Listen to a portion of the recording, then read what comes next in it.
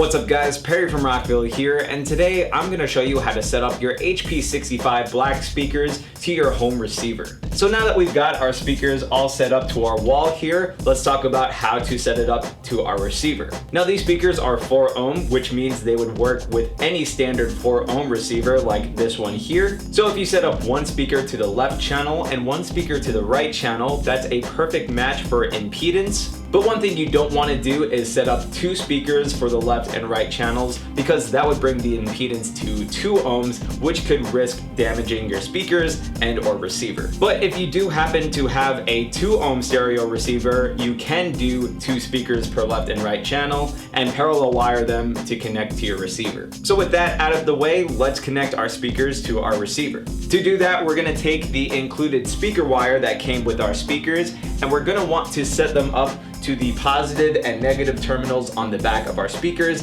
and the positive and negative terminals on the back of our receiver. So we're gonna loosen up our mounting bracket just a little bit here so that we have access to the positive and negative terminals on the back of our speakers. Next, we'll take our speaker wire, and the cool thing about these terminals is that you can push them to open up the terminals to feed your speaker wire. So when we take our speaker wire here, we're gonna push down on the positive and the negative terminal, feed our speaker wire through the holes here, and again, you want to match the red positive to the positive terminal and the black negative to the negative terminal. If you want, you can use the hole here at the bottom of the bracket to keep your speaker wire more organized. You can also make an additional hole behind your speaker by using the middle hole here of your bracket, for example, to run your speaker wire through there instead for a nice organized setup. So once we have our speaker wire set up to our speakers, we're gonna take the other ends and plug them into the positive and negative terminals here on the back of our receiver. So now that the speakers are all set up to your receiver, we can go ahead and play some music to hear how they sound.